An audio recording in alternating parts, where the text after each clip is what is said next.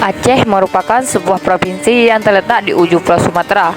Di provinsi ini terdapat banyak sekali agam budaya, salah satunya Tet Budi Tring yang ada di Kabupaten Pidi, tepatnya di Rebe. Tradisi Tet Budi Tring atau dalam bahasa Indonesia berarti menyalakan meriam bambu. Tradisi ini seperti perang, ada kubu saling menyalakan meriam bambu dengan bahan bakunya karbit. Tradisi Tet Budi Tring ikut menyemarakan Hari Raya Idul Fitri 1443 Hijriah di Provinsi Aceh, seperti yang dilakukan oleh masyarakat Rebe.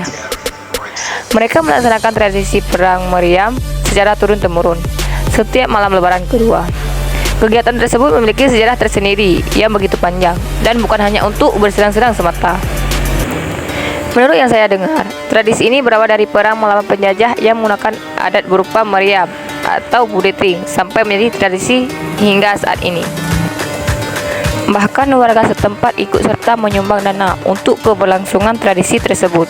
Dana yang terkumpul mencapai 20 juta rupiah dari warga maupun pemuda rantau yang pulang ke daerah saat Lebaran. Ketika acara ini dimulai, suasana berubah menjadi seperti perang. Terdengar suara seperti ledakan bom yang menggetarkan tanah dan kaca rumah. Suara itu berasal dari lokasi acara yang memanfaatkan bataran sungai Rebe sebagai arena perang. Kedua belah pihak saling adu meriam bambu dan karbit secara berhadapan dari kedua sisi bantaran sungai. Pemuda-pemuda sesempat menyulup cincin sumur, drum minyak dan batang bambu menjadi meriam. Selain itu, mereka juga perang kembang api. Tradisi ini mulai dilakukan warga sejak tahun 1970-an hingga sekarang. Tet Budi Tring ini menjadi tradisi rutin bagi warga setempat untuk merayakan Lebaran. Kegiatan tersebut diikuti dari orang tua, remaja hingga anak-anak. Dan tidak hanya itu, banyak masyarakat dari luar untuk menyaksikan pertunjukan ini. Mereka sangat terhibur dan adanya kegiatan ini. Salah satu pengunjung mengatakan ia dan teman-temannya datang jauh hanya untuk melihat acara bakar karbit tersebut.